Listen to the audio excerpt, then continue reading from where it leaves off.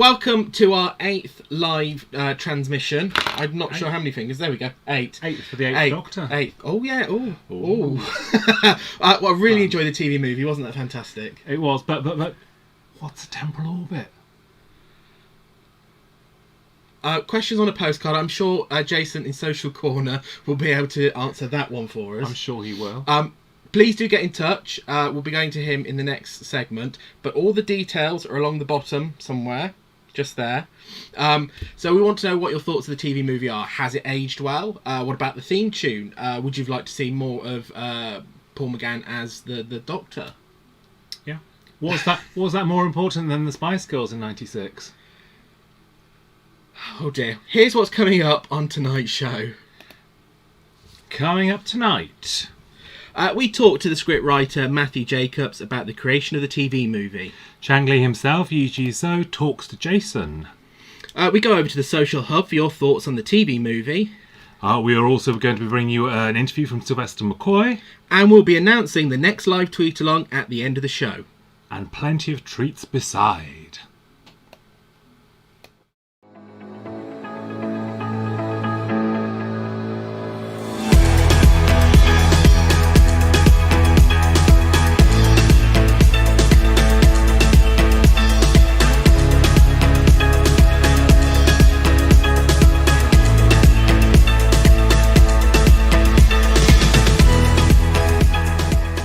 I'm joined now by the writer of what I think is one of the best Doctor Who's. I'd like to introduce Matthew Jacobs. How are you? I'm well. How are you? Very good, thank you. And you keeping yourself busy during all this? Yes. Yes, actually, surprisingly so. And I'm up early here to talk to you. And I'm excited that people are going to be watching the show. After all these years, 24 years, gosh. Yes, it probably, amongst everything you've done is a fair while ago now, but is it something that continues to come back to you? Yes, very much so. I mean, for a while I was sort of very separate from the whole Doctor Who community. And then when the 50th happened and they brought the 8th Doctor back briefly for the Night of the Doctor, I think it was, then suddenly everybody got interested again in the 8th Doctor. And I started going to conventions, and so I've been involved in that. In fact, we've been making a little documentary called Doctor Who Am I, which is a fun piece, which there'll be a link for, I think, on the page for this. It's got a good Facebook page, and we're just finishing it off now. And it's it's an exploration of the American fandom, because the TV movie was very much, the idea was to create it as an American show, but it's still being a British show. So it was a very difficult sort of line to tread.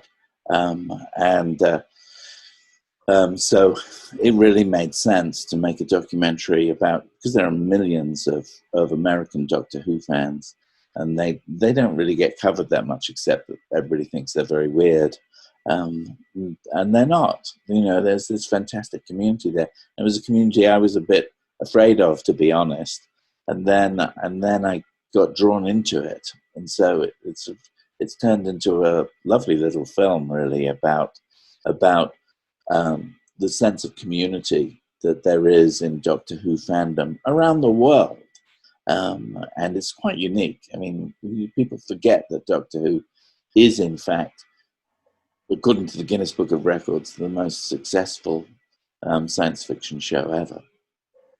So we forget that. But how different is fandom over in the US as opposed to the UK? Because you just say it's initially a British show, but loved around the world. Yes. I think, this is just my opinion, I think it's not so much about the show. I think it's about the fact that people from all walks of life and all ages come together around this show. And they do create a community, and certainly in America, it's a community. I'm not really able to compare it to British fandom, because I don't really know that much about British fandom. But certainly in the American community, it really is about a sense of family and a sense of acceptance. which reflects the values of the Doctor. And certainly in the TV movie, the thing that I was going for was the Doctor as a lover of humans. I mean, he really admires the way humans can see patterns in everything, even when there's nothing there. So he's and of course, he's half human in the TV movie, which created a furore. I mean, the kissing, the romance, all of that ended up being absorbed by the show when it came back in 2005. And he stopped being your crazy uncle or grandfather, and he became much more of a partner, of somebody who you went on an adventure with. And that really did start, it had started a little bit, I think, with Davidson, but I think it really started with Paul's Doctor. And then that was very much there when it came back. But the half-human thing, it was very much a plot thing. And it was also what I felt very strongly, which was that the Doctor must have a lot of human in him. He's a lot of humanity in him, because most of his adventures are based around Earth. So when you started working on the film, how aware were you of the legacy of the show and the fandom? Was it just the next job, or were you aware that there's a lot of baggage with this project? I was obviously aware of a lot of baggage because I came from, obviously I'm British, but also my dad had been in it when I was a little boy, and so it had been very much part of my childhood. So the opportunity to write for a character that I'd always loved just seemed fantastic. And it was at a time in my life when I'd been doing a lot of that. I'd been doing Young Indiana Jones. I'd been doing a big Disney thing that eventually became The Emperor's New Groove. I'd been doing stuff for Jim Henson. I'd been very much involved in sort of big franchise kind of characters. So it seemed natural that when Doctor Who came along and I knew the major players on it, that when I went in for that, and I went in with the pitch of basically Doctor Who am I, that's really what the main body of the story is. Him, in order to be the Doctor, in order to save the world, he has to realize who he is, and in the bargain, so the American public, which is what it was initially aimed for, would get a chance to learn who this iconic science fiction character in fact is. So I came to the project very aware of the size of the sort of fandom, and indeed the executive producer, Philip Siegel, who was obsessed by it, and he'd been trying to get this thing made for years. And there were other writers before me, who tried and failed and tried and failed. Nobody could agree.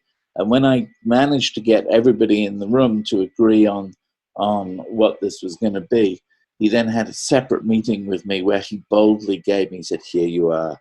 And he gave me the key to the TARDIS. And I thought, okay, these guys are nuts. I'd better be careful here. They believe. And so already, with the big gap that had gone on and the fact that it had become this iconic thing, already there was a lore. There was LORE. There was a whole bunch of rules connected with the Doctor already by then, I think. And that was so. But I had to try and put all of that aside.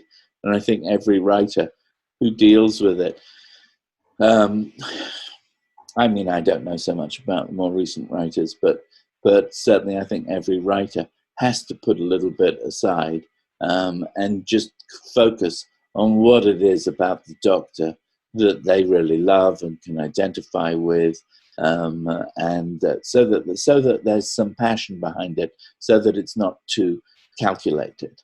Because I think when it feels calculated, audiences know that people respond well when they feel like there's a passionate story there. And that's why, all these shows like Star Wars, and they've all become better because the passion of the fandom has taken over the show, really, and shows are being made by the fans really now. So it's a two-way street. And I suppose the only sort of real aspects you pulled on from the history of the show was, of course, Sylvester's Doctor and the Master. Was there ever a conversation not to include Sylvester in it? Well, when I picked up the project, Sylvester was the previous Doctor wasn't in it, but so I was told not to read any of the previous attempts, and I didn't. So it was a natural thing for me to say, well, of course, if we're going to have a new Doctor, we have to see the last Doctor die. Now, there was a debate because obviously Universal didn't care. You're just starting a new show, let's just start it with the Doctor, which is kind of what they did in 2005 when they brought Eccleston in. Let's just reboot.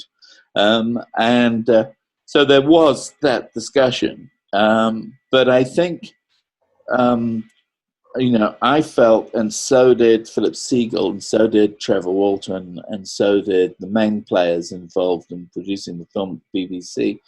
The BBC actually were, didn't really care that much, but they weren't sure whether or not Sylvester should be there at the time, as far as I remember. But they were convinced, basically, that everybody said, "Nah, listen, you've got to do it. You've got to kill one Doctor and bring and have him rise again. You've got to do that." So we did it, and of course, it created a few problems down the line because people were saying, "Why are you doing that?" And then at one point, you have Universal saying, "We don't really understand what's going on in this movie. You need a voiceover at the beginning." This was in post-production. So I ended up feeling like the newscaster in Network, being hauled into a room with the head of Universal sitting in the dark saying, "You need a voiceover to say what's going on at the beginning." And we ended up having to write that voiceover, which it always pisses me. I almost block my ears when I listen to it because it's giving away too much and it's confusing things at the beginning. It would have been better just to, as the original script, just go into it. But that's all Monday morning quarterbacking, as they say here. It's not really. It is what it is. I don't mind it now. You know what I mean? You go along with it. But it is very much, a question. Do you bring the old Doctor into play when you revive a show? Do you bring it back? And then, of course, Big Finish. After we done the movie, and Big Finish picked up the show, and they really carried on with Paul's Doctor. They did a wonderful job. I mean, and Paul's Doctor stayed alive all the way through, and still alive really on Big Finish. And so it's almost like another dimension where you can follow other Doctors and other Masters. And we definitely wanted the Master because really Daleks were very hard to do. If you were going to, in that era, you couldn't really do a clunky Dalek running around. It just didn't work. So it was better to have the Master, and it also gave an opportunity for us to, just in simple production terms, do some good American casting so that there would be an American name there. Because ultimately, out of the 5-6 million that they were spending of it, only 1 million of that money was coming from the BBC. The rest of the money was coming from Fox and Universal. Because again, in terms of Big Finish, it's worth mentioning that this week Eric Roberts has been announced as having his own Big Finish series. So it's another character which has continued beyond the film. Call me Master. When I first heard about it, I went, how are they going to do that? Because he comes to life as an ambulance man, and then he's sucked into a vortex. So I thought to myself, well, could there be some adventure that happens between him and Yee Jee, while they're waiting for the Doctor to come to the TARDIS? Could they go off somewhere else and come back? And then I think I've read that basically he gets rescued from his demise, where he gets sucked into the vortex, rather like the Wicked Witch of the West.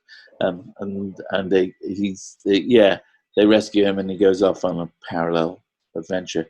I think it's great because Eric's fantastic, and I think people have been unfair about that master. To be honest, that master, the master we were going for, was really fun. Do you know what I mean? It was slightly more pantomime, and let's face it, at the end of the day, he's a piece of goo that comes out. So yes, I wonder what they're going to do with him. I think they'll probably do a great job. Eric Roberts was key in getting an American name in the sort of forefront of it. When taking a show that is very British, London buses are in it, England is part of the very nature of the show. How do you retain that, but also make it appeal to an American audience? Well, none of it was, the show was very much set in San Francisco, even though we shot it in Vancouver. It was, so the only thing that was really British about it, was the fact that it was being directed and written by Brits, and it was also came from a British show, but it really, the idea and the Paul was British. Everybody else was American, and yes, it obeyed the sort of structure of an American TV movie, which is very much acts with cliffhangers. Do you know what I'm saying? So because you have to have the cliffhangers so that people can sell you stuff, which is really what American TV is about, or American network TV, especially in the 90s. So yes, but apart from that, I didn't worry too much about whether or not it was American. I just wrote what I liked.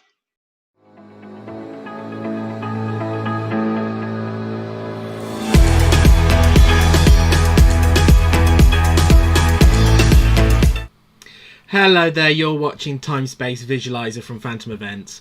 The second part of that interview with Matthew Jacobs will be broadcast later in the show. Now, over the past few weeks, we've had the fantastic opportunity of speaking to so many faces from Doctor Who's past and present. And we asked them what their favourite lockdown TV is.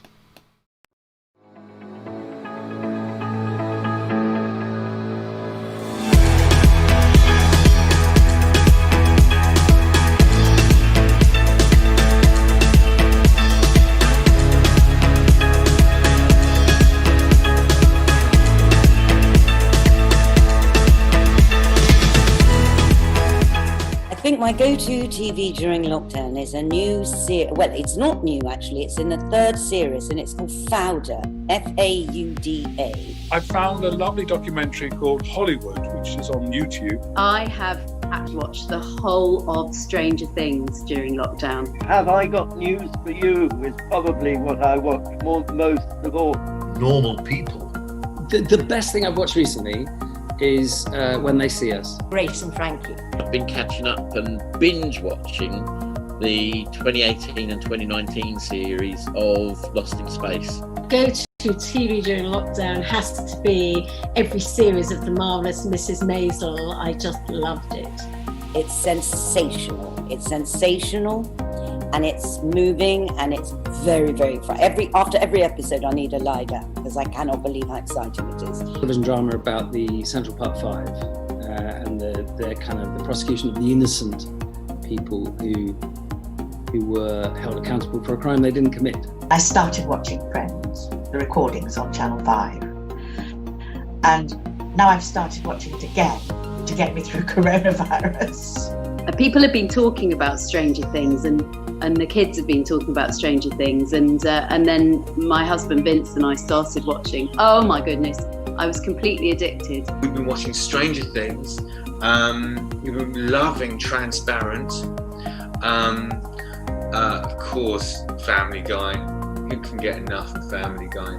Flight of the Navigator, The Never-Ending Story, Willow, and Big. I think it's the magnificent reimagining of the show that I watched as a little boy in the 60s.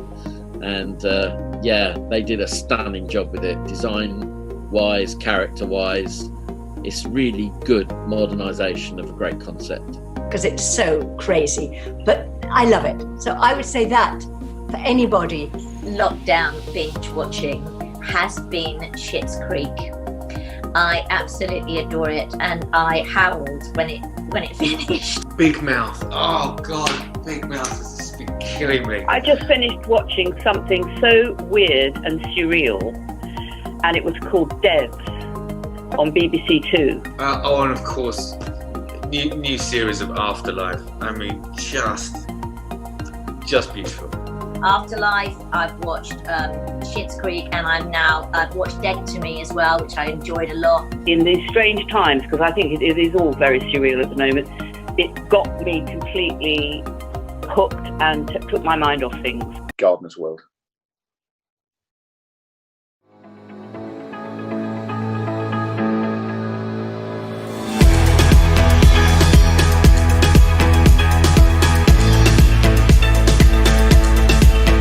We are now going straight over to Jason in our social hub. Hello, Jason. How are you doing? Good evening, Dex. Good evening, everyone. I hope everyone's well. Lovely. So, what's been your favourite lockdown TV then?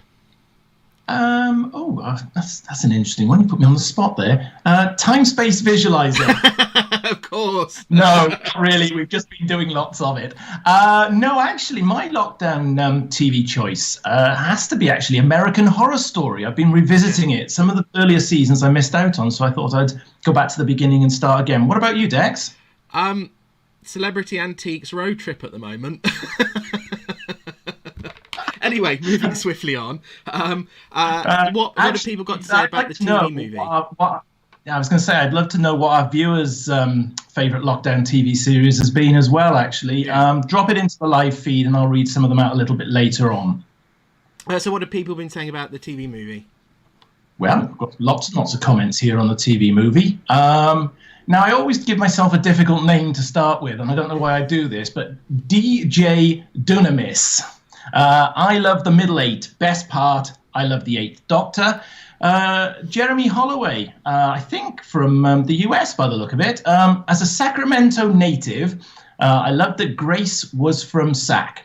We had a vibrant fandom in the 80s thanks to KVIE6 televising all of the surviving Doctor Who episodes. Very lucky. The whole cast was awesome. And actually, Jeremy's also mentioned that he's named his daughter Grace, so Grace Holloway is his daughter's name. Fantastic. I think he's loving the movie there. Jixter, I'll tell you a secret, he says. I quite liked it when it was first released, although it is a bit too American for him. Not without its discussion points, half human. Well, we can discuss that. These days, it is an enjoyable watch and makes me wish we had more McGann in Who, and there's been quite a theme for that, actually. Friend of the show, here, thick and thin, Andrew O'Day. I'm actually glad there wasn't a series, as it probably would have meant that we wouldn't have got Russell T Davis's series and Eccleston and Tennant. Well, that's an interesting point. Derek Kettlety, our very own Derek. Back then, even with the kiss and the half-human stuff, yes, I would have loved to have seen a series. And final comment of this section goes to Sue W. I really liked it when it was released, although at the time I remember thinking it was a bit too American. Eric Roberts didn't do it for me as the Master. That is interesting. But I really took to Paul McGann as the Doctor and would have loved to have seen how he would have progressed in the role. Lovely comments there. Thanks for those, guys. Now, remember, there's no. We usually have a competition, but not tonight. We're retweeting. We've got a little competition to win this Daphne Ashbrook's audio of her autobiography, Dead Woman Laughing. So make sure you get on the Twitter and start retweeting. Would you like to introduce the next video, Jason? Well, I would indeed. Next up on Time-Space Visualizer tonight, it was my pleasure to talk to one of the key cast members from the TV movie a short while ago. Yee Jee Tso starred as Chang Lee in the movie. It came at a time when Doctor Who had been off air for 7 years. And this was being potentially touted as the next step in the famous television franchise for our intrepid time traveller. Hope you enjoy.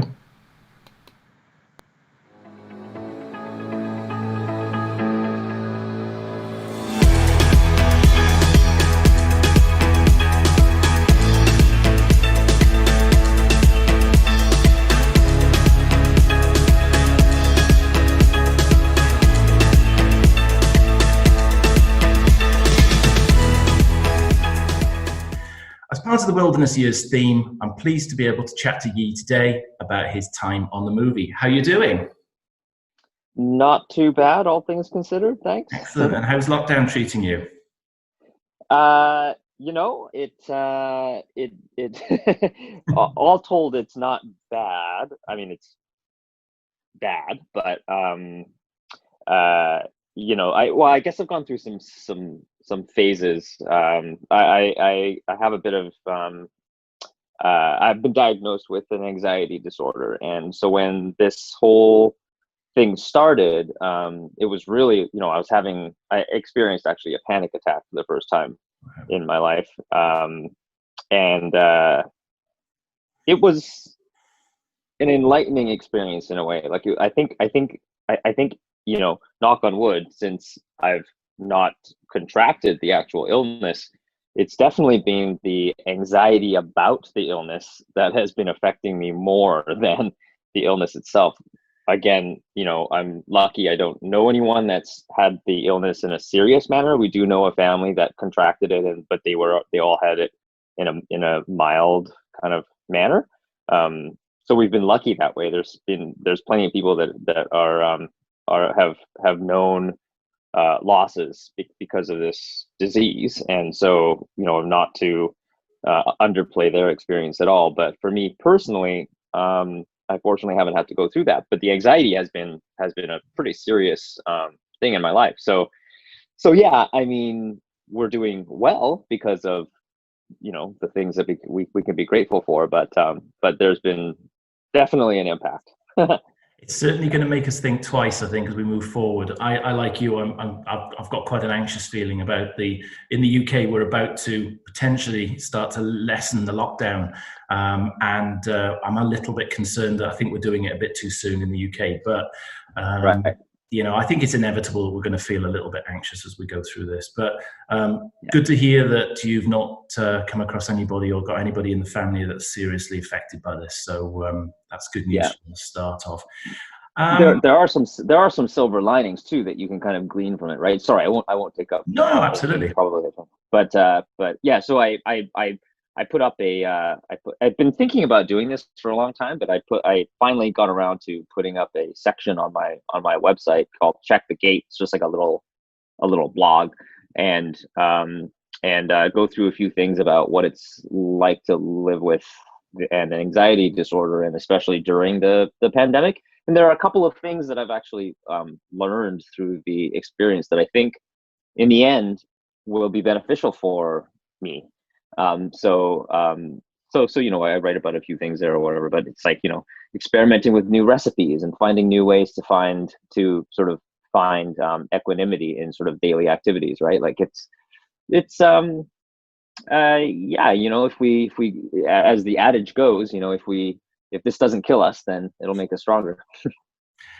It will, and it is about how you approach it, and I've done so in a very similar way. I've tried to just be positive, I think, as I've gone through this, and you just have to adapt slightly, but life goes on, and you just got to try and stay as positive as you can, I think, during it. Let's talk a little bit about your time on Doctor Who. How aware were you of Doctor Who before the part came up on the movie? I was, let's see, I think the roles that I was doing before, I did some stuff on some sci-fi shows. I did a couple of episodes of Sliders. I think that was before Doctor Who. And there was a few other shows that I worked on. There was one that was like a Canadian-made, like kind of like a teen series that I did a couple of seasons on as a not quite a lead character. He was in the show about, I would say, about half of each season. It was like a recurring, and that was an interesting experience, being on a show for multiple years and really getting to know the cast and crew. Made a lot of friends on that show, and then prior to that, you know, there was a few other things going on. But there was another teen show that I worked on when I was only 15. It was just for one season, and it was a smaller role, but there were some pretty hefty stars that got their start on that. Like Ryan Reynolds got his first role, I think, was on that show. So So yeah, I mean, a few things. I was lucky. And obviously the part came about for you. How did the part come about for you? Yeah, I mean, there's a quite a detailed story about it in my book called Time and Spaces. It really goes to illustrate what actors can expect from working in the film and TV industry. So basically, we did auditions like we do for pretty much every part. Like in Canada, it's a little bit different. Rather than film and TV production is kind of coming to you and saying, "Hey, you've got such a huge audience. We're going to go ahead and enlist you in a part."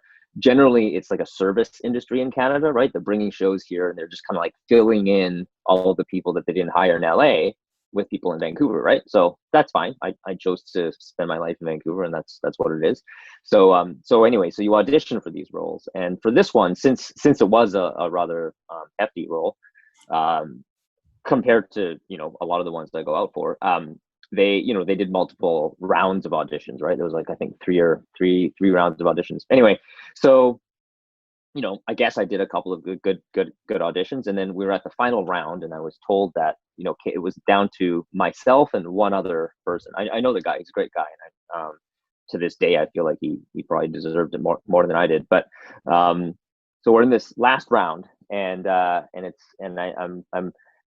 was really bad at time management when I was younger, and this audition was at the studio, which is about I would say 40-minute drive outside of Vancouver, and I had this old VW Beetle, right? And I just, I don't know, the weather was bad, the traffic was bad. I'm in my Beetle. It took me forever to get out there. I'm like an hour late. So like, I think I left like probably right around the time when I should have been there. I left, and I kept these people waiting, and they had like, this was the last round, so they had the executive producers, they had people from the director, Jeffrey Sachs was there. They had people from the network, Fox Television. It was the whole gamut. It was like high level executives that I was keeping waiting for nearly an hour. And so I when I went in there, I was like, oh well, there's no way. I've completely blown it. I don't even know if they're gonna let me audition, but they did. And when I did the audition, I was like, whatever. I couldn't care about what I was doing any less, because I was so certain that there was no chance I could get this role that I just whatever, right? And as it happens, I got the role. And then after the show, we were at this convention in LA. I think it was one of the Gallifrey conventions in Los Angeles, and I was doing a panel with the producer, and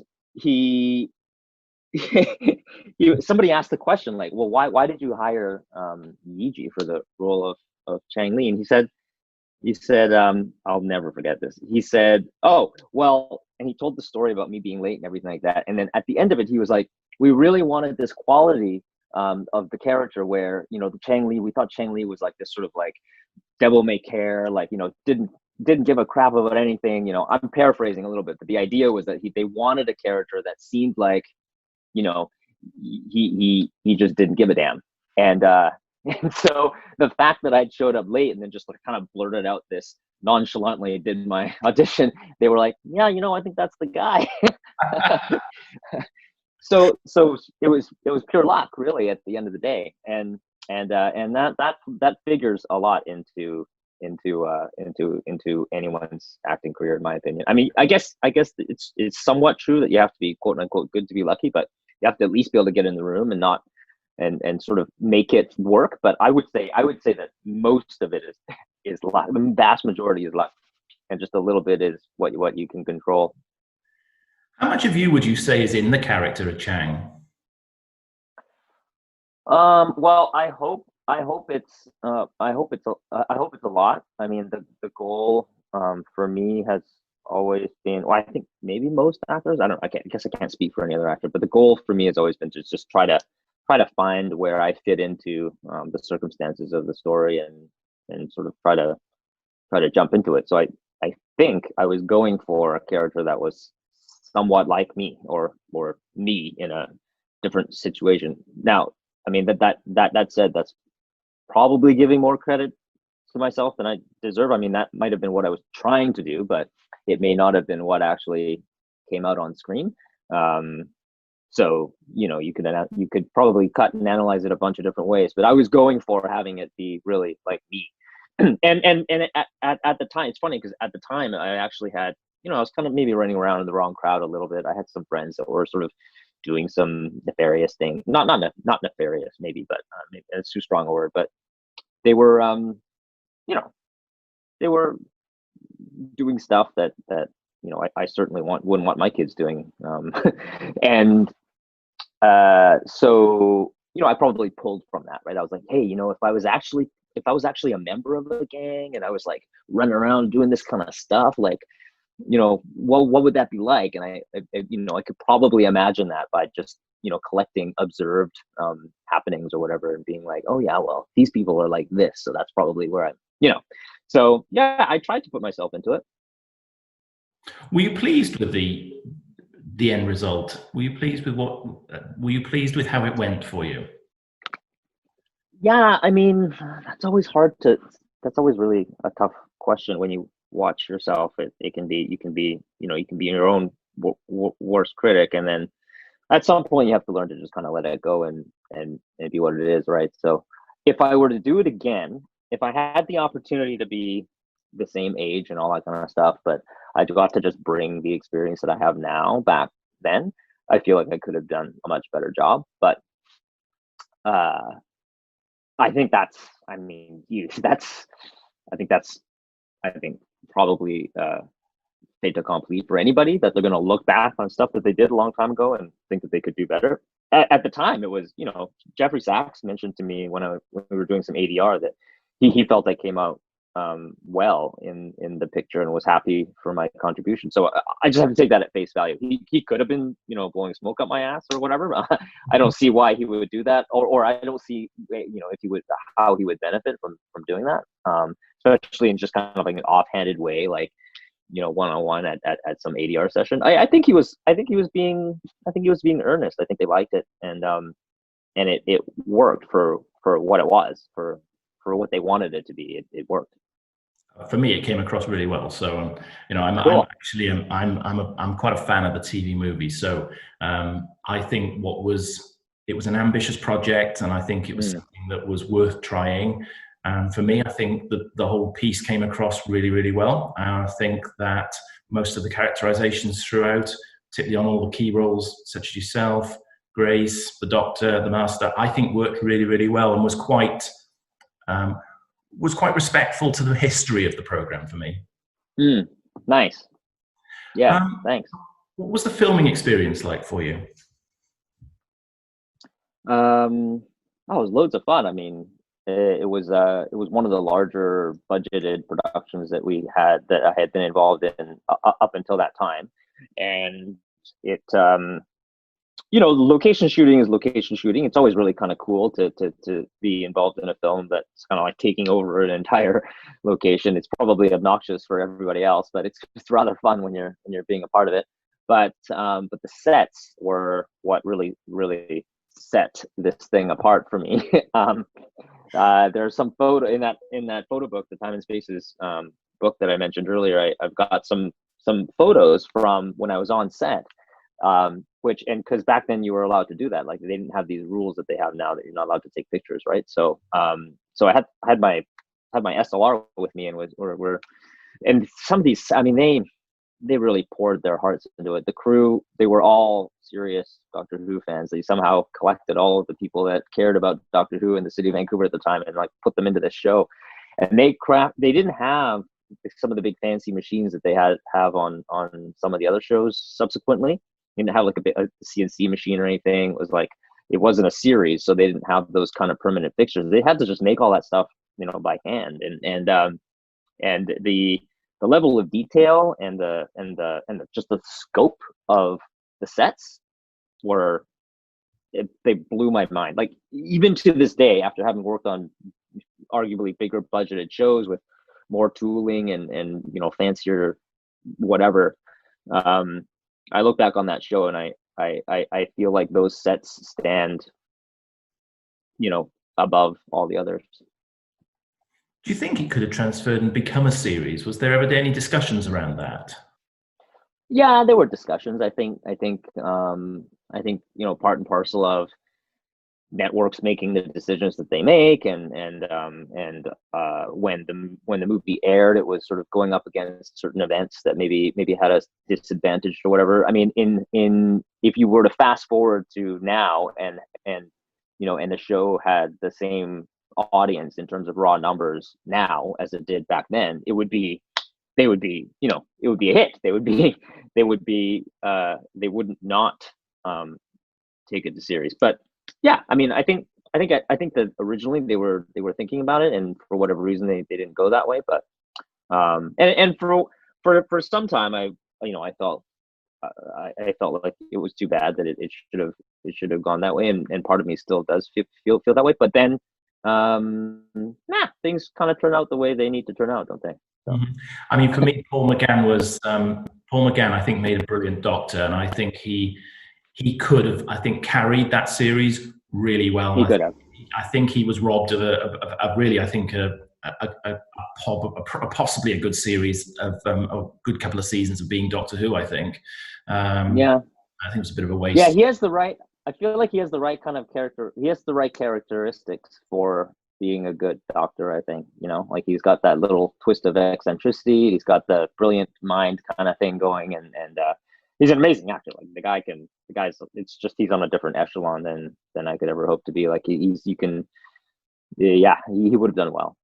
Mm-hmm. I agree entirely. And it was let's face it, it was a pretty good cast list as well, wasn't it? You had Paul McGann, you had Eric Roberts. I mean, a class actor.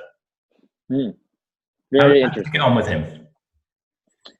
Well, he was kind of like a mentor figure in a way. I mean, not like as in, he sat down and tried to teach me. Well, that's not true actually. He had a couple of these sort of things where a couple of times where we'd be sitting around in our chairs, and he would kind of extol the virtues of doing things a certain way versus another way, or try to warn me against certain types of behaviors or whatever in my career. And I think I suspect he was doing that as part of as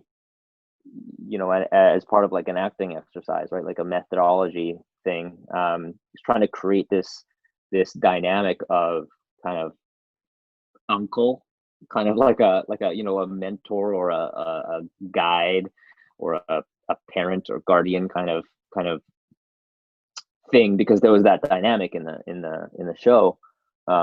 So I feel like that's what was going on there, and so our working relationship was like that, and I probably spent the most time with Eric versus possibly any of the other actors in the show, and so I felt like I got a pretty good idea of what it's like to work with him, and actually there was another movie that I worked on as well that he was involved, although we didn't have very many scenes together in that one. So yeah, I mean, he's an interesting character, like everybody has different opinions about Eric. I'll reserve mine, other than I think we did what we needed to do. And I did actually end up learning a lot from him. So I would do it again in a heartbeat. Oh yeah, I mean, it's nice if you can come away from something like that and say, actually, I learned a lot from this person. Yeah, exactly. And of course, Daphne Ashbrook, obviously, then rounding off the sort of cast there effectively. I mean, again, I adore Daphne. I've met her so many times, and she is just a ball of energy, isn't she? Yeah, she's a total gem. Super sweet, like really, really nice. Wouldn't harm a fly, and is really, really, tries to spread the love, and is very supportive of her colleagues and fellow people, and very protective of. I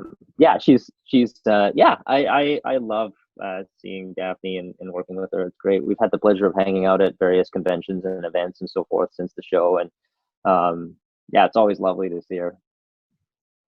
What's next for you? What were you working on? Were you working on anything prior to lockdown, or have you got any plans when we get out of this? Yeah, I mean, just prior to this I mean, in the film, I'm assuming we're talking about the film and TV world. I have a day job as well. I work in technology, and that's great. I love it. I'd go crazy if I didn't have the technology side of what I do in life. And I'm also doing some writing and stuff like that. And I'm writing a book with my daughter and doing other activities as well. So all that stuff is great. But but as far as film and TV, the latest project that I was involved with is called Snowpiercer. I can't say a whole lot about it. They basically have a very, very, very strict NDAs these days. But it's based on the movie Snowpiercer. The premise is a little bit different. Clearly, the cast is different than the movie. But I think it comes out. It might actually. Did it air? It might have premiered this week. Maybe it's either gonna happen really soon or it just happened. I'll have to check.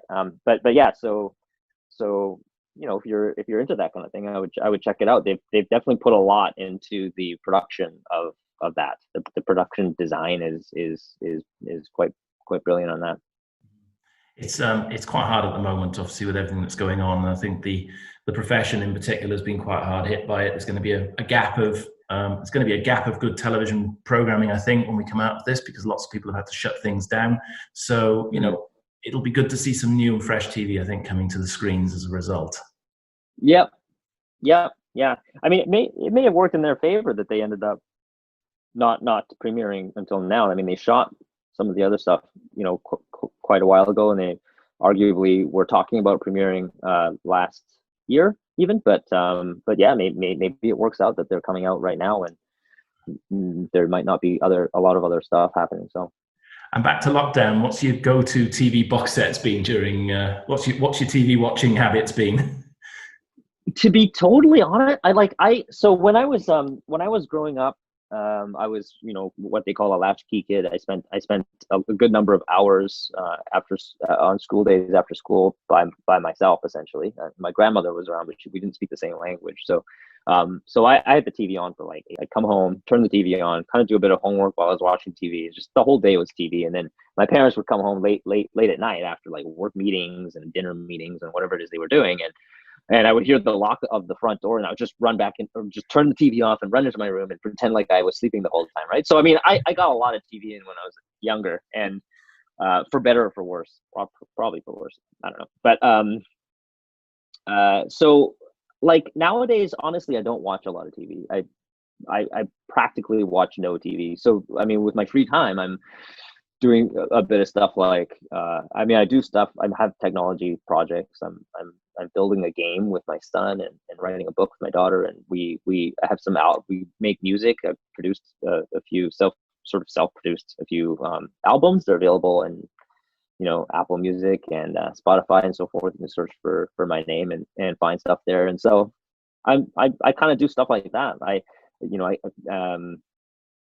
feel like if I'm looking at a screen, I want to be making something of some kind. I don't know. So yeah. I can understand that. Yeah, it's been an absolute pleasure to chat with you briefly today. Same. Without doubt, the TV movie, it has its place in Doctor Who history, and you are a part of that. And I think we're blessed to have that. So it's been a real pleasure to talk to you, and thanks very much for taking the time out to be with us today. Yeah, for sure. Thank you so much.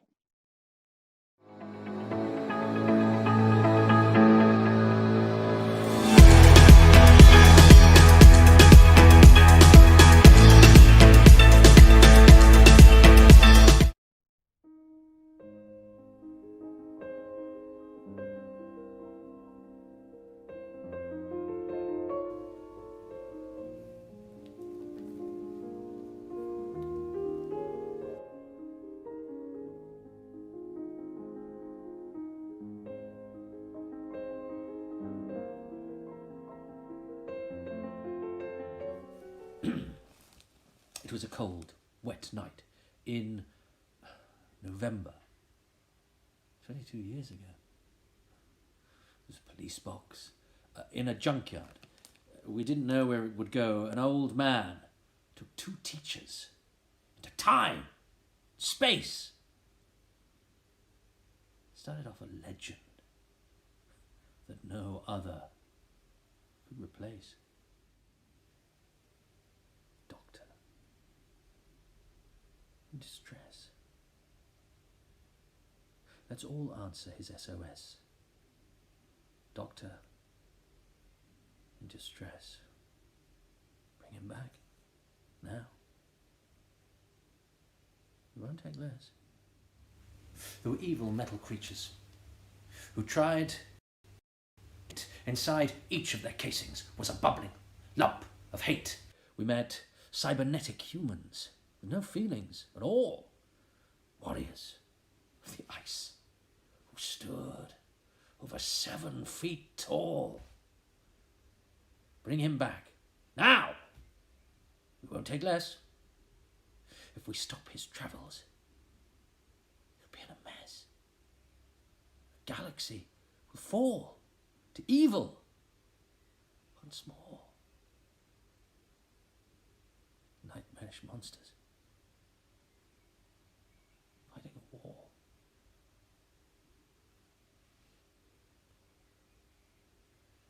We've learned to accept 6 doctors with companions at his side. When they were faced with danger, they didn't run, they didn't hide. There was a brigadier and a master and a canine computer, each screaming girl just hoped that a Yeti wouldn't shoot her. Doctor in distress. Let's all answer his SOS.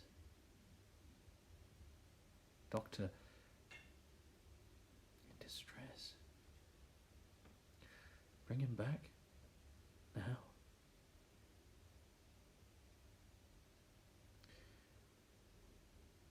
We won't take less.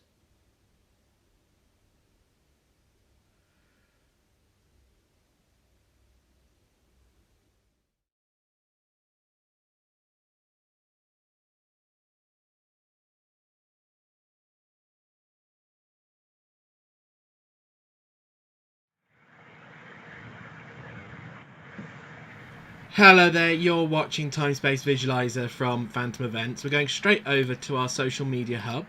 Hello Jason, how are you finding this evening?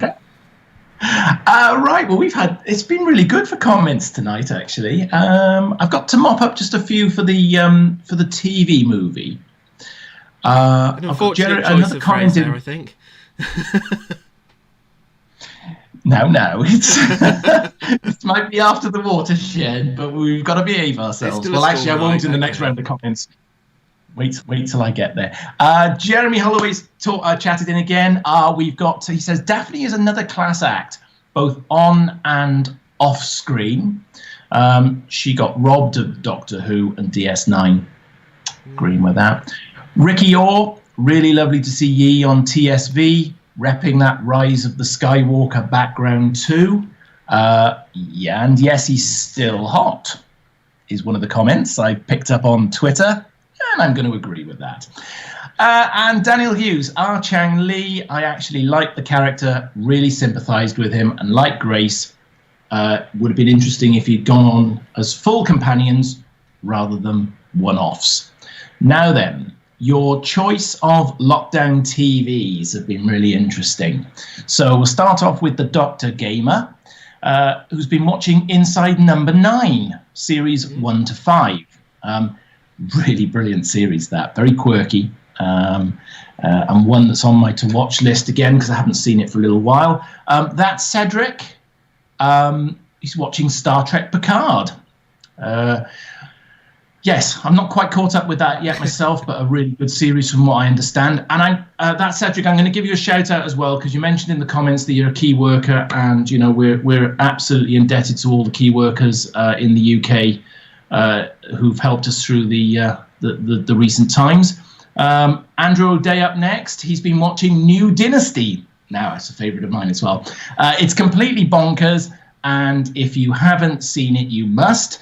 and I'm not even going to go there with any of the other comments I was going to say about that. I'll leave those for another there, day. Jason.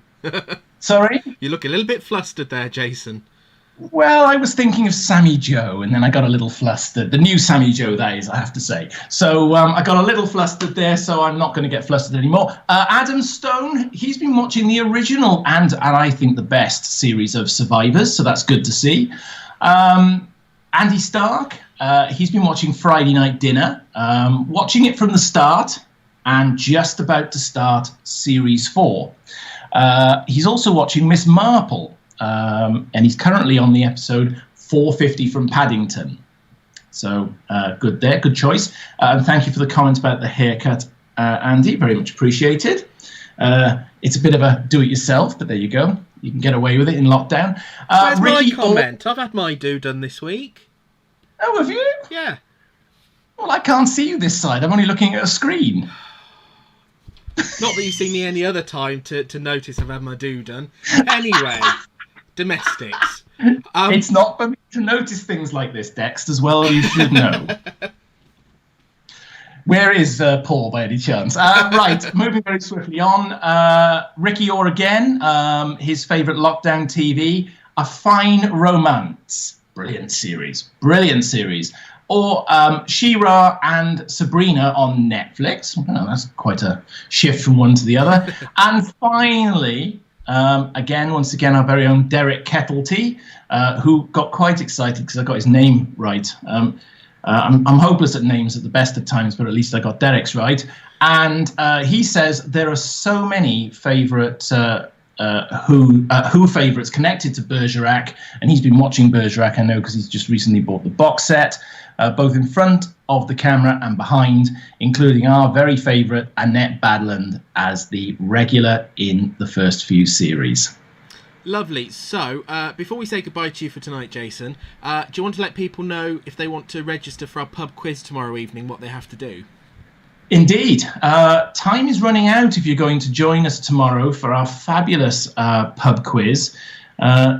Paul has set some devilishly difficult and some easy questions, I would have thought, but some devilishly difficult ones in there. We've got a fab night. Thank you. I love suitably challenging. We've got quite a nice night lined up. It starts tomorrow at 20:15 BST. And what we'd like you to do is, if you would like to enter a team, and we'd really love you to actually, then you need to email tsv@phantomfilms.co.uk. And what we need to know in that email is the name of the team.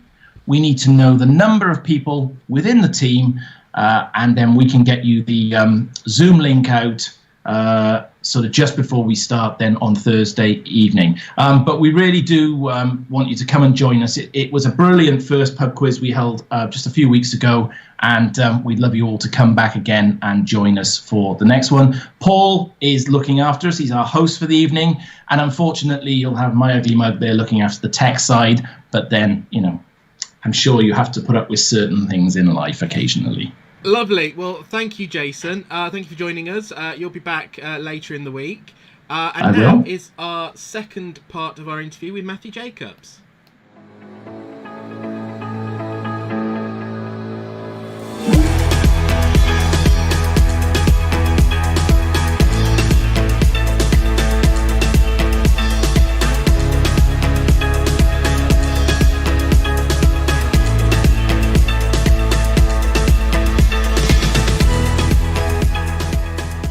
We were just saying before the recording that I think what makes a film really stand out is the scale of everything. You know, even particularly that TARDIS set is vast. Was that something that you pushed for in the script, or did that come more from design?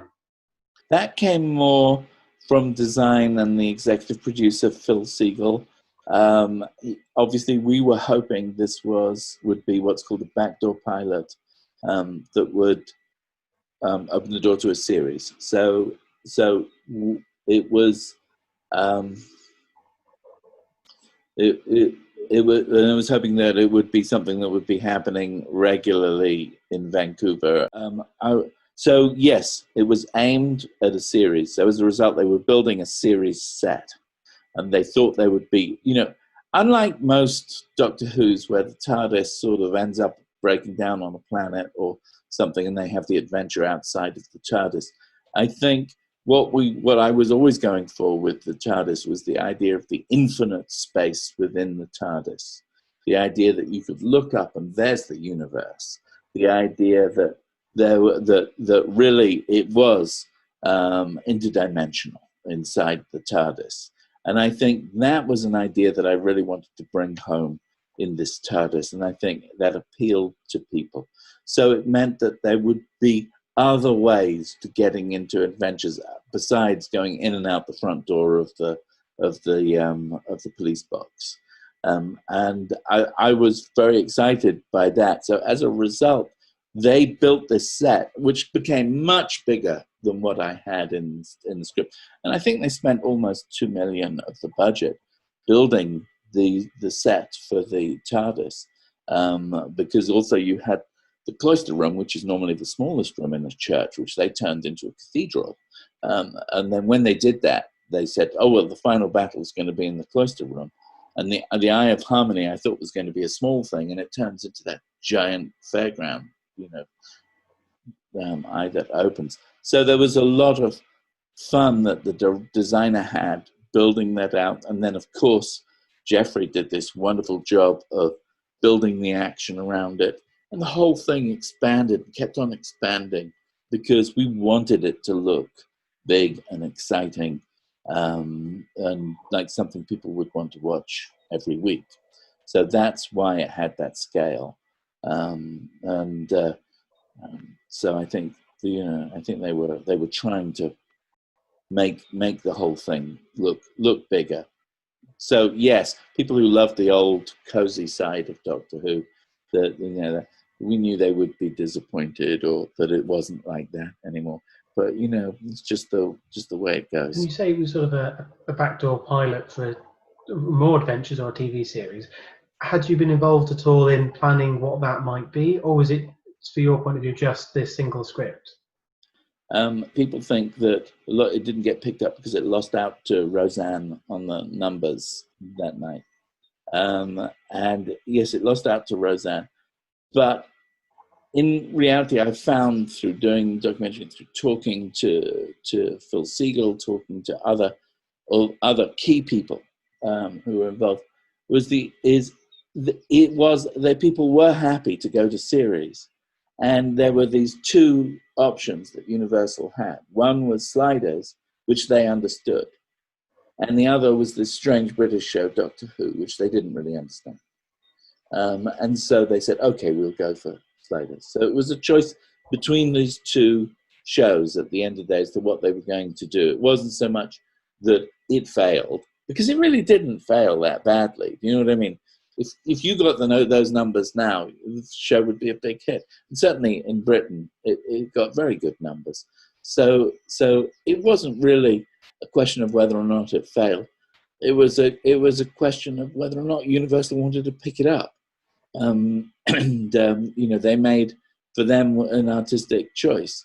They wanted something they understood better, which I think at the end of the day was very good for Doctor Who, because I think if it had gone to series in America, it would have been a very different animal. It would have been a very different show now. The fact that it came back the fact that Big Finish kept it alive so beautifully, you know what I mean? And they certainly kept Paul's Doctor alive so well over the years. The fact that Eccleston did such a fantastic job. Eccleston really took the Doctor, I think, where Paul would have wanted it to go. I think he did that.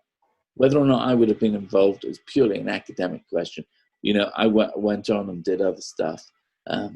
So it would have been academic. I don't know whether or not that would have happened at all.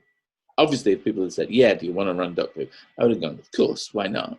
I think it's a wonderful bridge between the classic series and very much studio-based to the more modern show. It's a wonderful sort of midpoint between the two.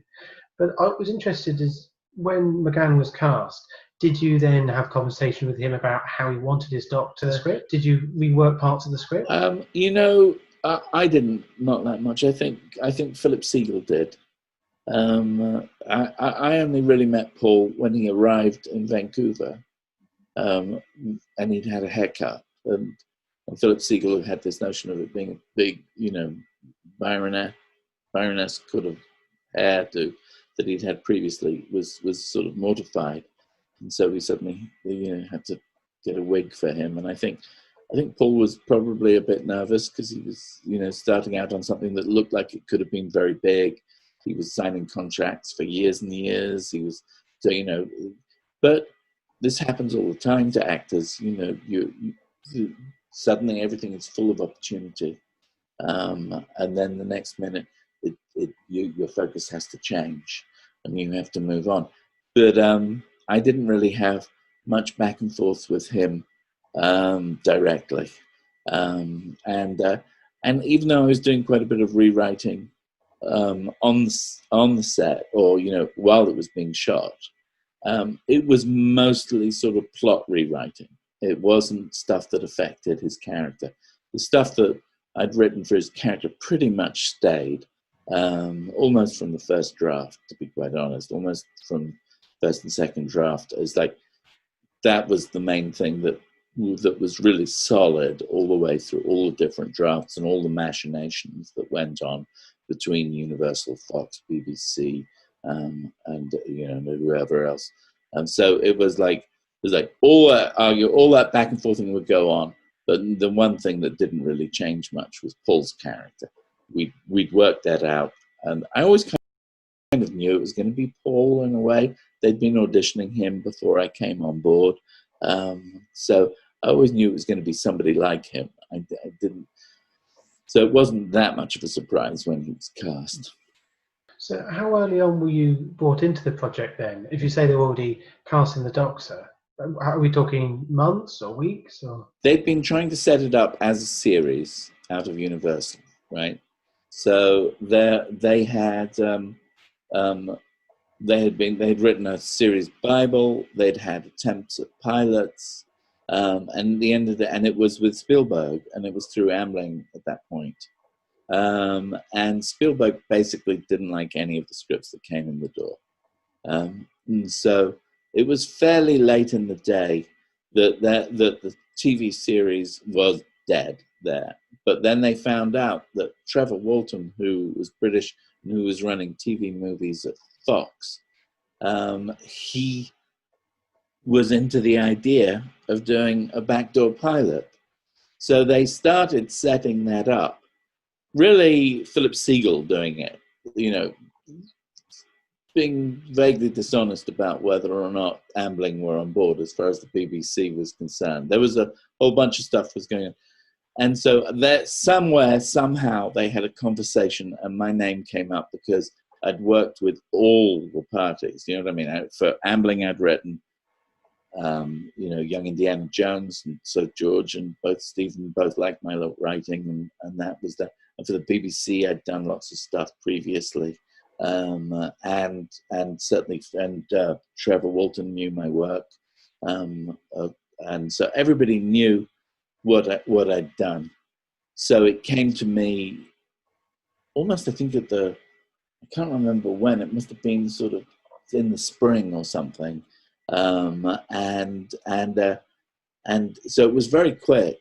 And I went in and I did a very simple pitch, you know, and pitched basically the whole hospital stuff and the whole, you know, the previous doctor dying, and then the fact that he has to learn who he is in order to save the world from the master, and so it was a very simple pitch, and everybody went, oh well, that sounds good. And so then I was commissioned, and really it got greenlit initially off like the first and second drafts, got greenlit very quickly, then and up and down, all the ups and downs of normal production. But it was fast, you know. We were shooting by Christmas.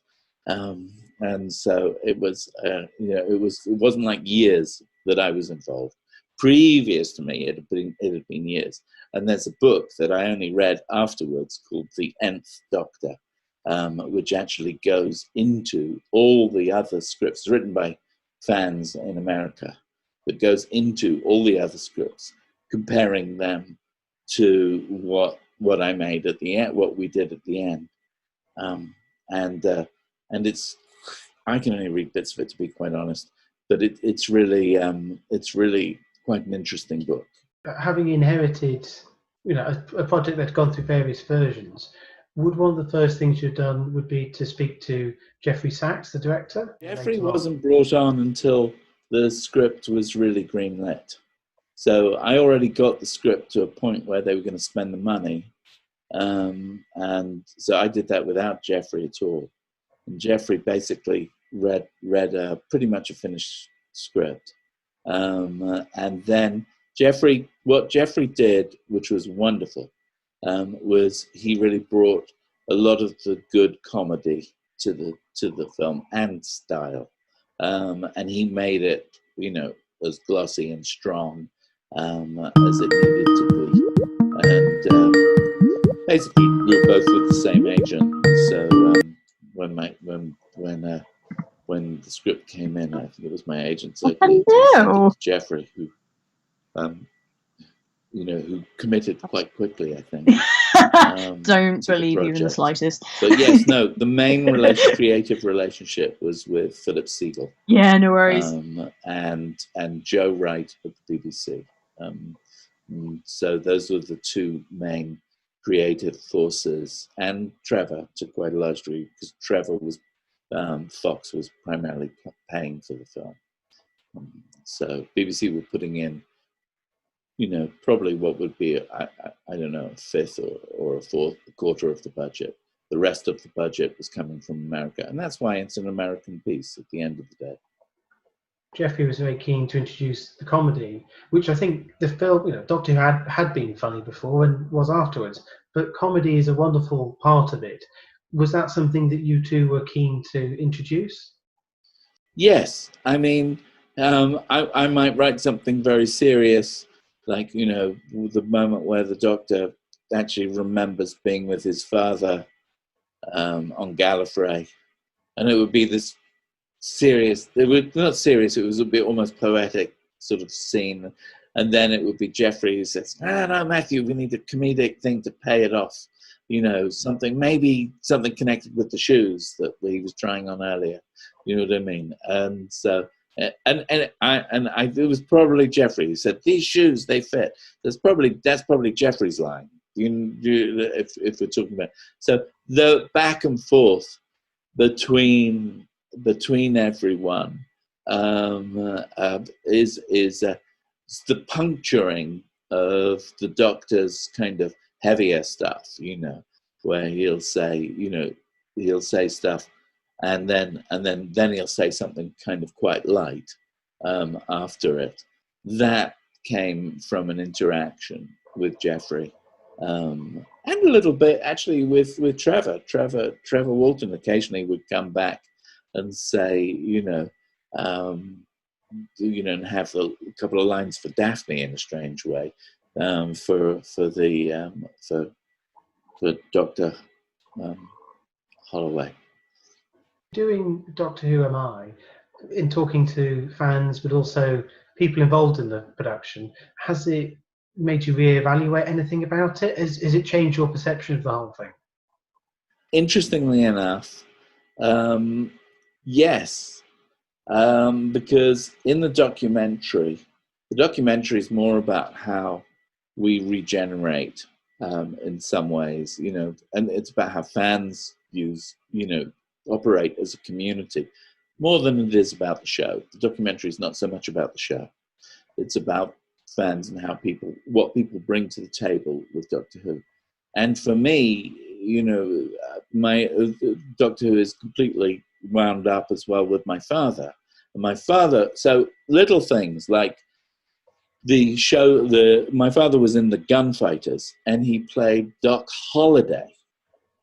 And I never saw the connection that my dad was playing an American doctor, and then I'd gone and written there's another story about the Doctor arriving in America and meeting up with Doc Holloway. It was like some weird kind of dreamy connection between the two. And I only realized that when I was at a convention in Long Island and they wanted to put on a show of all of Anthony Jacobs' scenes from the gunfighters, which I was dreading because even though I'd gone to the set as a child and I knew about it, I didn't really know anything about it. So it was like when I was there, I was like 10 years old or something, and so it was like a distant memory. So I was really worried about this panel, and when they did the panel, it was quite a revelation to see actually how much of the TV movie how much the TV movie or bits of the TV movie owe to the gunfighters in some way. So so in answer to your question, yes, doing the documentary revealed things like that. Also reveals, things about the nature of Doctor Who as a sort of philosophical kind of adventure story, which I don't think is the same as Star Trek, where it's more of a celebration of American imperialism, which is what you get in Star Trek, and in Star Wars, which is I'm not quite sure what Star Wars is. It's just a sort of it drifted, didn't it? It suddenly became an examination of early 20th century politics. On the note of the joy that is Doctor Who's humanity, it's a lovely point to say thank you very much for your time, Matthew. It's been an absolute delight to talk to you. You too, and I hope people enjoy watching it again.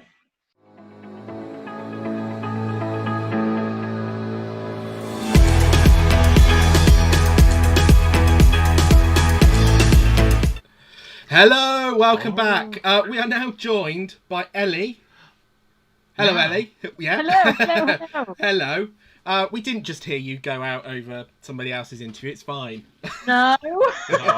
No. It's Graham Norton. Stop.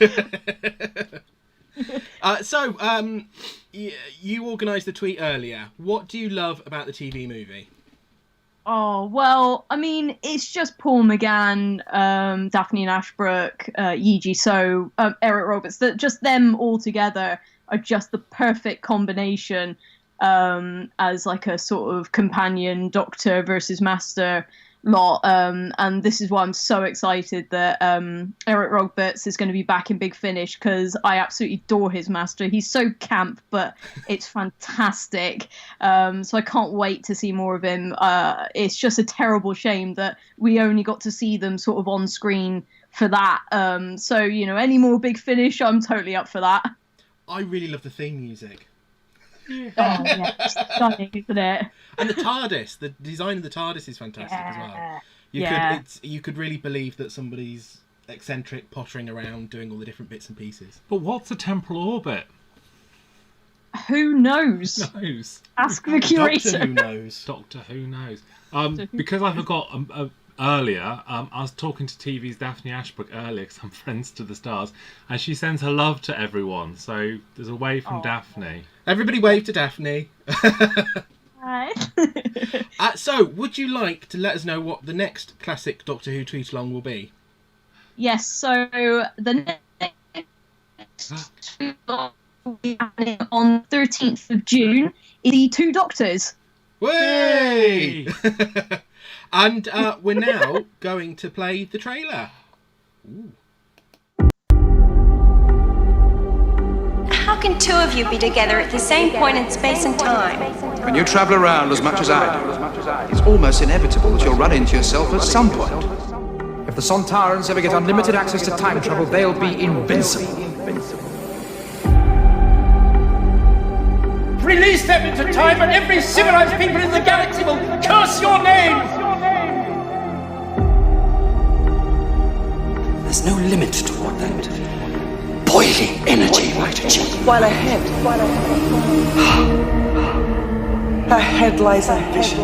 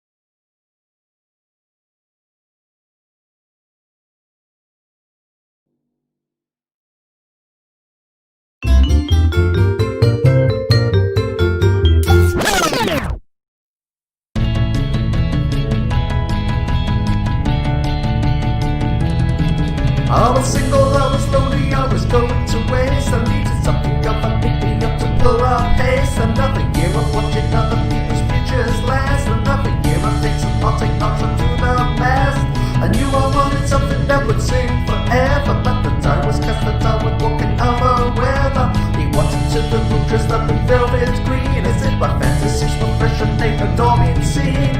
He caught my eye and he said hello. I was a picture still with a tremolo.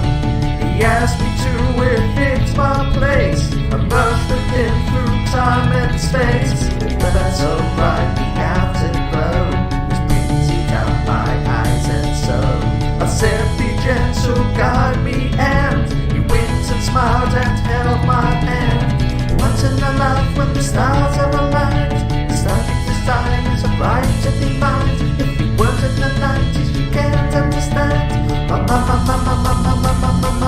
One night stand. The lady of fever was hot and near, but I was content to exit here. He knew just what to say and how to cure my woe. I made this man a mystery, I brought my hot gun dough. With a kiss and a nod to the future and more. He opened the doors to this room and in awe I staggered on the threshold of a world so bold. An alarm clock was sounding, but I wouldn't be told. A man like him would never stay. My time with him was DOA. But no regrets are hurt to purge. We burnt my fiery lust and urge. Once in a life when the stars are aligned, the subject desires a right to be mine. If you weren't in the 90s, you can't understand. One night stand. Missed opportunities for sure, but I won't focus on the floor. Won't be with visions outing. He'll be back, there ain't no doubting. Years come and people too. My life almost took time and grew, but secretly they'll never send. A break of night I'm easily led. My missus touching heart and head. Once in a life when the stars are aligned, the starting desires a right to be mine. If you weren't in the 90s, you can't understand. Once in a life when the stars are aligned, the starting desires a right to be mine. If you weren't in the 90s, you can't understand. One night stand.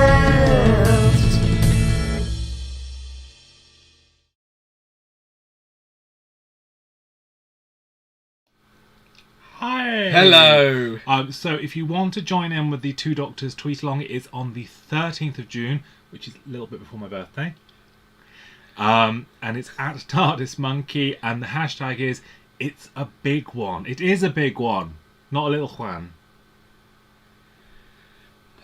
Yes, so remember that, 7 PM BST, 13th of June.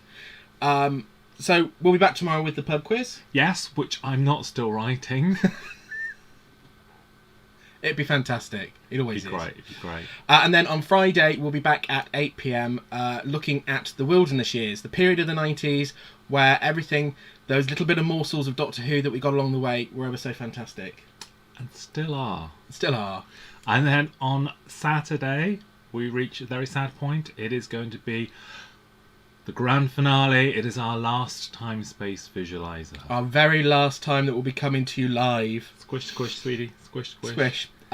So please let all your friends know. Let's get a big crowd together and celebrate what, even if I do say so myself, what a fantastic achievement this has been over the past few weeks. It's been all right. It's been all right. It's been all right. So we're going to leave you now tonight with an interview that we recorded some time ago with Sylvester McCoy. I mean, not so long ago that he's not in lockdown. Yeah, no. He's in lockdown, but he was just 2 weeks ago in lockdown. Which is, it's a lifetime. It's a lifetime. It's a lifetime. So for now from us, goodbye. But here is Sylvester McCoy. TV Sylvester McCoy.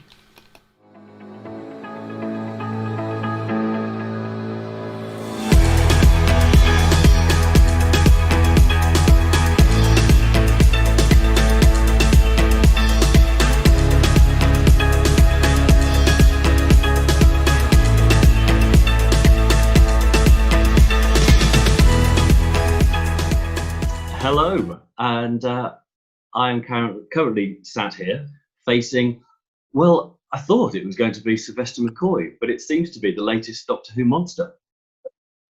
Yeah, this is not a monster. This is not a fantasy. This is fact. This is life. This is our future. This is me, anyway. But that's, you know, sadly we're going to have to be wearing those masks. Well, except I'm in France, and in France we're going to be told we must wear masks all the time. In England, you're not being told that. That's because someone hasn't done their job properly and ordered enough masks for the country. Absolutely. I was watching the news this morning, and I think they're going to advise that we cover our faces with scarves or homemade masks, but not use. Yeah, well, Doctor number 4 will be very. He'll be all right. He's got a big scarf. Actually, he could share it with a few people, couldn't he? He could walk down as long as there's 6 feet on either side. You could have 3 people. He in the middle and 2 other people, companions on the other side. Then they could go and save the world with that. That would work. That would work. So, how are you keeping yourself entertained during lockdown? Well, I'm not finding it boring at all, really. I get up in the morning. I'm in France. I have a croissant and coffee. I read the papers online. Then I go for a walk. We have to. We're only allowed to go for 1 kilometer away from our house, and we're only allowed to go for 1 hour. And we have a little form on our phone here that you tap in, and it puts the time when you leave your house. It's quite strict, really. But luckily, I'm in the countryside, and I've got lots of woods and walks where the gendarmerie do not go. So one kind of goes and walks around a bit, meet friends, do a lot of, Zooming. Yes. Zoom here, Zoom there, Zoom everywhere. Catching up with loads of people I haven't had time to catch up with, because in my real life, I've been Zooming all the time. I'm continuously Zooming on planes, trains, boats, and, whatever else. So it's catching up. It's been good. I have quite enjoyed it. And I've also quite enjoyed slowing down, because I've had a hectic life. I can relate to you there as well. I think, although it's strange as it may be to be in lockdown, it is really relaxing, and it is nice to catch up with some reading and just sit in the sun here in the UK. It's been lovely weather for the last 4 weeks. That's been perfect. It seems totally appropriate to be talking to Doctor Who through this sort of science fiction link. I feel like you should be berating me about unlimited rice pudding at this moment.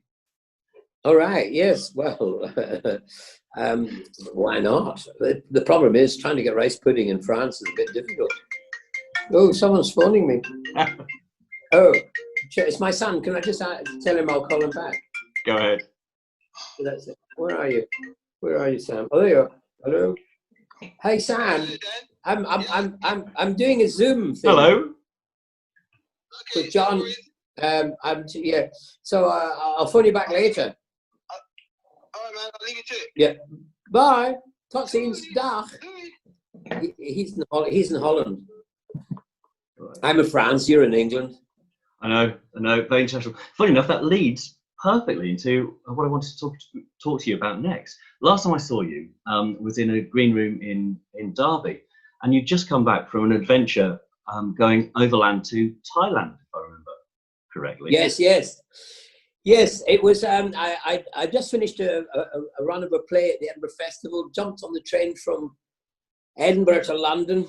2 days later, I was on a train from London to Paris, Paris to Moscow, Moscow to Mongolia, Mongolia to China, and then from Beijing down to Nanning, and then Nanning down to Hanoi, and then from Hanoi to Thailand, to Bangkok. And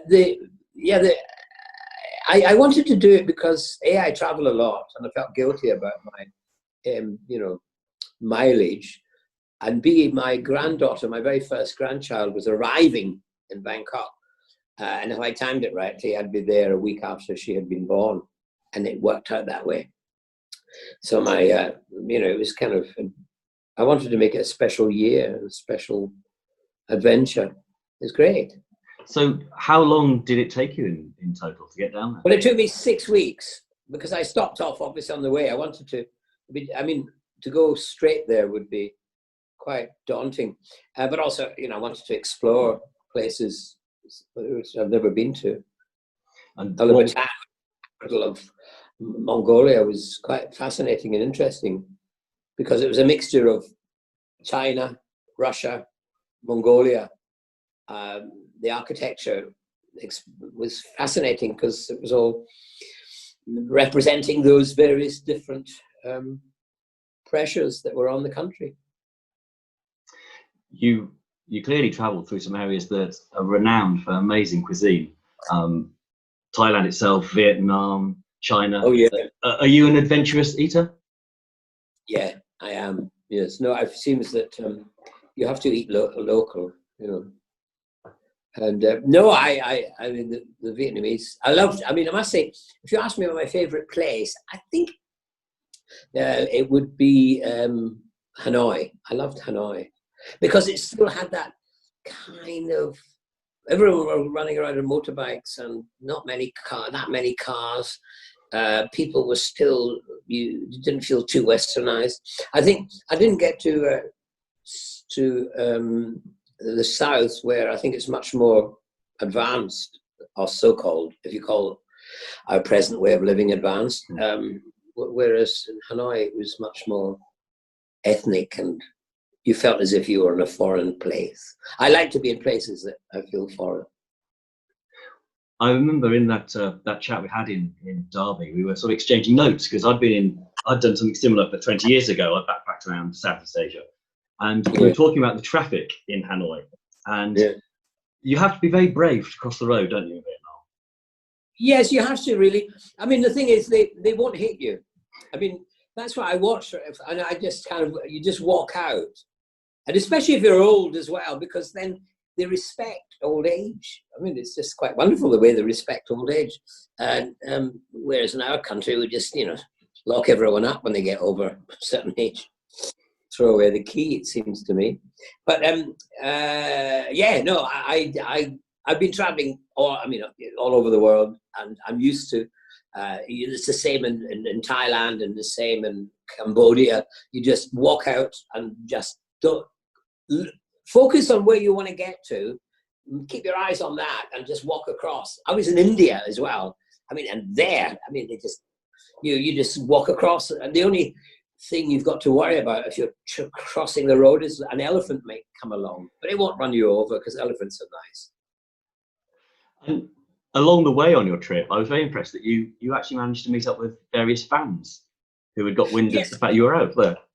Yeah, that was an unexpected bonus, I presume. Yes, because I'm not really au fait with Facebook and Twitter and all that. I have those accounts, but I stand back from them because when I go home, I like to close the door and that's it. You know, I've left the outside world and I carry on with my inside world. And so not knowing about Twitter, I was putting out little films and little messages to my agent and to my sons, you know, to let them know where I was. Unbeknown to me, my agent was putting them online. And then, so people discovered what I was doing. And then suddenly I got into, Eastern Russia, Siberia, and I stopped at this station and there was a Dalek to greet me. And then I thought, yes, of course, Siberia, that's a logical place for Daleks to come from, or be sent to, really. And there was Doctor Who fans and there were Hobbit fans. It was just quite wonderful, really.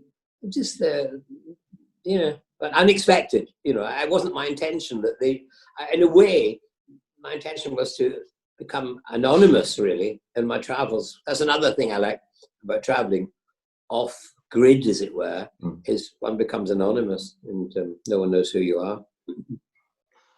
Obviously, when you took over. Oh, yes, no, so sorry, but I did. Yes, there was something that was really delightful.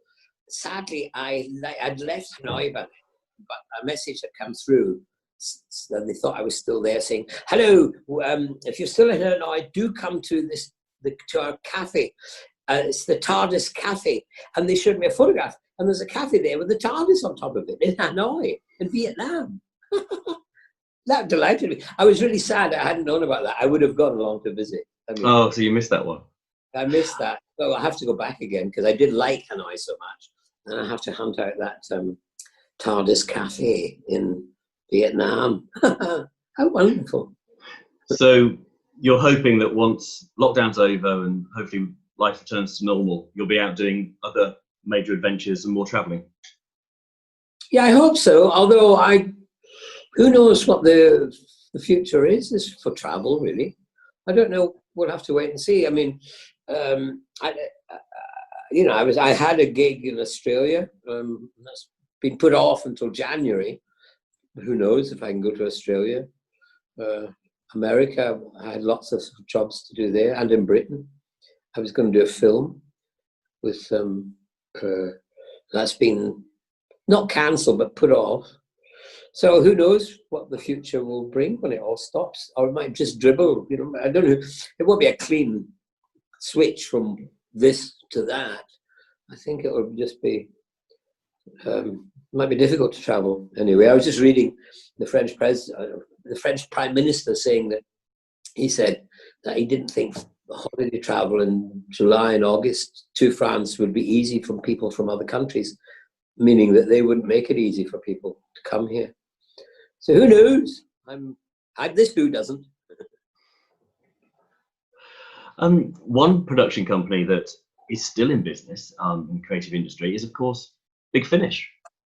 I gather they are still managing to record some work. Oh, great! That's good. Yeah. The food is good. So do you have facilities where you are to record anything for them? Do you have any recording equipment? No, I'm in the middle of nowhere. I'm way up on top of a mountain in France, a medieval mountain, a medieval village as well. And at night time, when it's all dark, if you listen very carefully, you can hear a tumbrel going down the street of the cobbled streets, and a bell ringing, and a voice saying, "Bring out your dead, bring out your dead." At night time, it really is. You feel that you've travelled back in time to the era of the Black Death. It's kind of weird. Hey, we all feel like that at the moment, quite frankly. Yes. In happier notes, it's an obvious question to ask an actor that played a Time Lord, but where would you like to travel to if you had a time machine? Where would I like to travel to if I had a time machine? Oh, a world where mankind lived in kind of friendship with the world, with nature. Really, a place where we'd worked out how best to live. That we don't need vast things. There was in the 60s there used to be a book came out called Small is Beautiful, and it was very popular amongst wee hippies, and it was all about how there were small farmers, everything controllable was a better way to live. No one took any notice of it. And I think we're going to have to try and do that, really. And I'd like to travel to that place that had succeeded.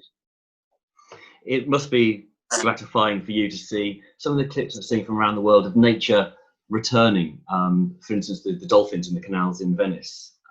Yes, encroaching back into man's territory. Yes, that's great, isn't it? It's really wonderful. And also, I mean, I've been speaking to friends in London. And there's one friend who's been in London. He came down from Yorkshire an actor called David, and he said, I didn't know there were birds in London. You know, suddenly, and someone said they heard a nightingale, they thought, recently in London. I mean, here where I am, up on top of my little mountain, there's a huge forest around, and the birds are just going completely bananas. But then they'd be going bananas anyway, because the air is fresh, and, you know, they're out there welcoming spring, you know, singing away, welcoming spring. It's lovely. Well, I'm in Birmingham. I live in Birmingham, in Moseley.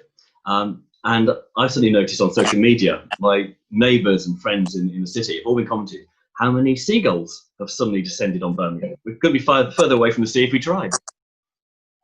Well, that usually, when I grew up, because I grew up by the sea, we were told that if seagulls went inland, that meant a storm was coming. Oh. Or It's the already storm here. Yes. That's interesting, isn't it? Yeah.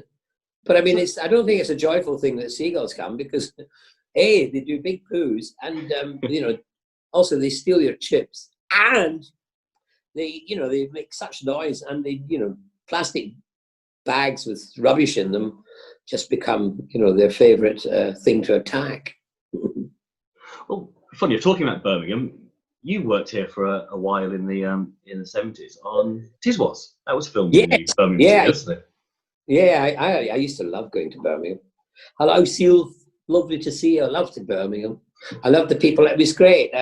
We did Tiswas, which was a complete anarchistic children's program, and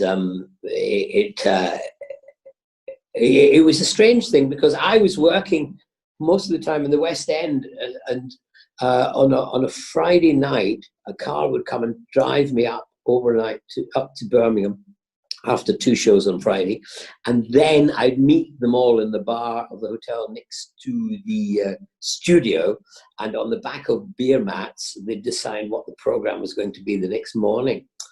And it was anarchy. It was amazing. At first, the first time I ever did it, my back seized up with fear, but then afterwards I got used to it, and when it went wrong, that was the best bit.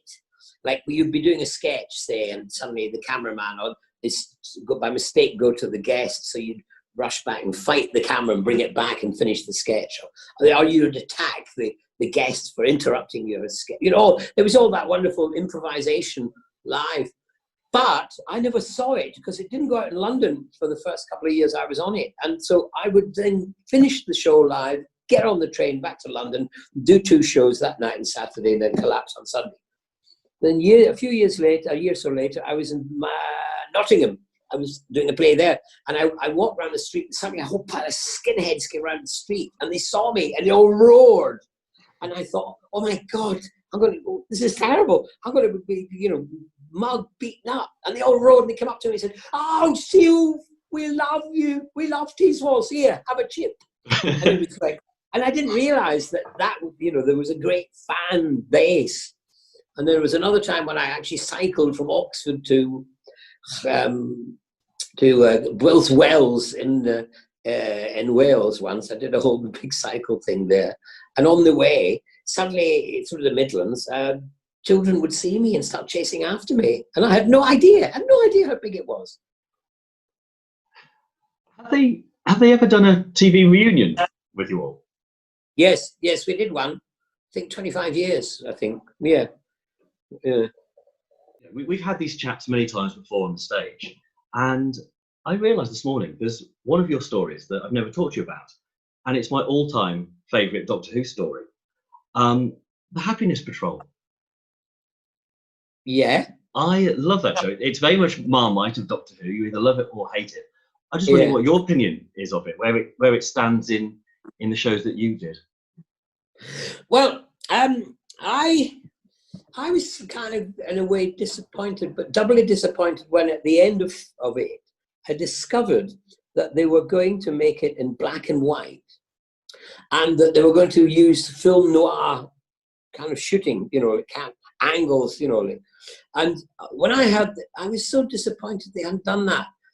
Because my sons, who were of, the young teenagers at that time, they were discovering black and white films, and they were getting into it. And I knew that because we'd gone the way the history of television had gone, we'd fallen in love with color and then forgotten black and white. But suddenly it was, people were rediscovering it because it has a wonderful quality.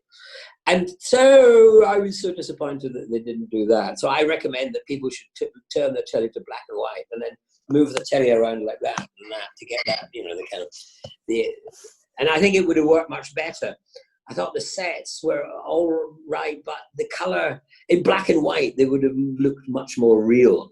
Does that make sense? I think so. I was very disappointed in it for that reason. Although I like the politics of it. Because it was a kind of a gentle anti-Thatcher kind of satire. It was mixed feelings. And also, I sang on it. Oh, God, how embarrassing. I did it my way. Was that what I sang, if I remember rightly? Yes, yeah, I think it was. You were saying that people sort of fell out of love with black and white, but clearly you haven't. It's something that's influenced your career and performances. Slapstick is very much an important part of your performance. Well, yes, a silent movie. I mean, I grew up. I think the other day I was talking to someone who about my abilities to be a kind of. I should have been born in the the beginning of the last century, and been at the right age for silent movies, because I was very comfortable with that. But I have never trained. I've never been to drama school. I've never been, and I wondered why at the age of 27, when I was mistook for an actor, that I suddenly had this baggage of skills.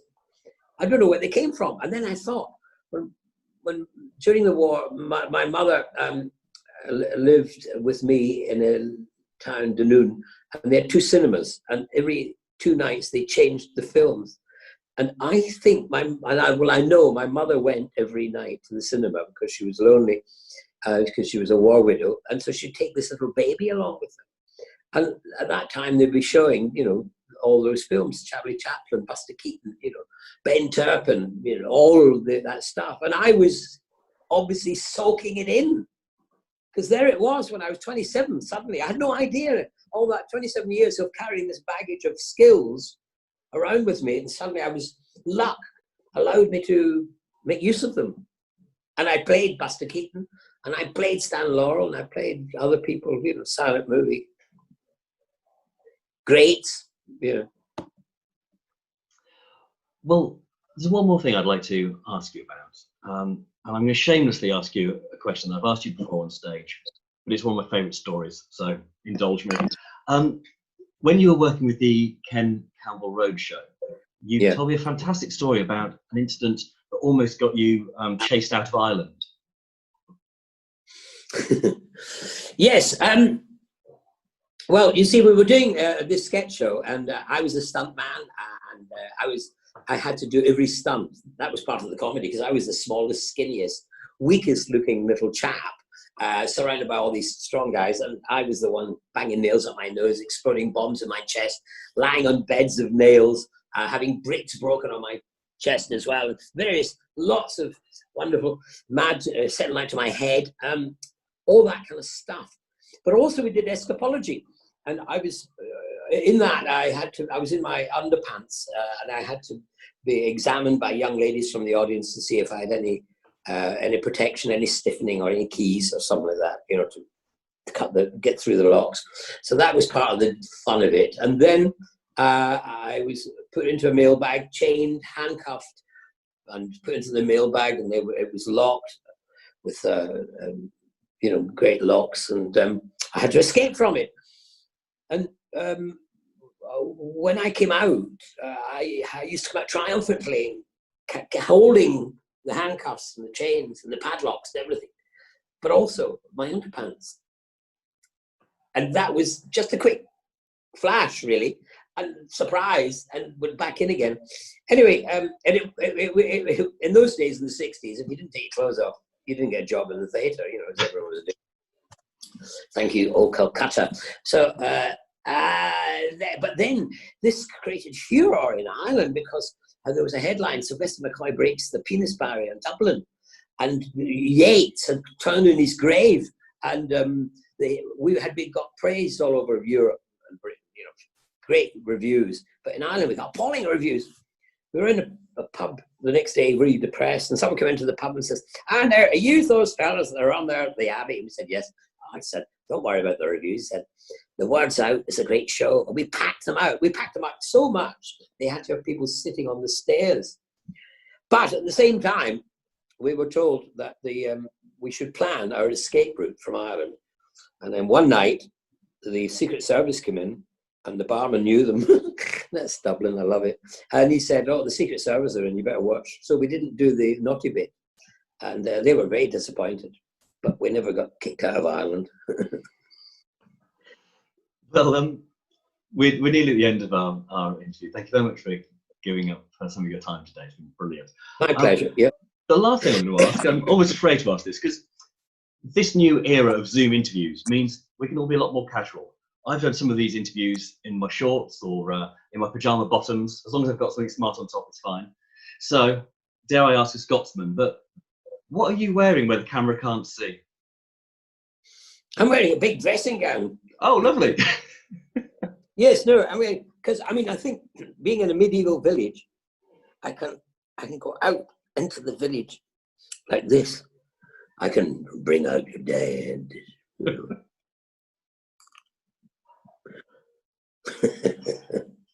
Perfect. Sylvester, thank you once again.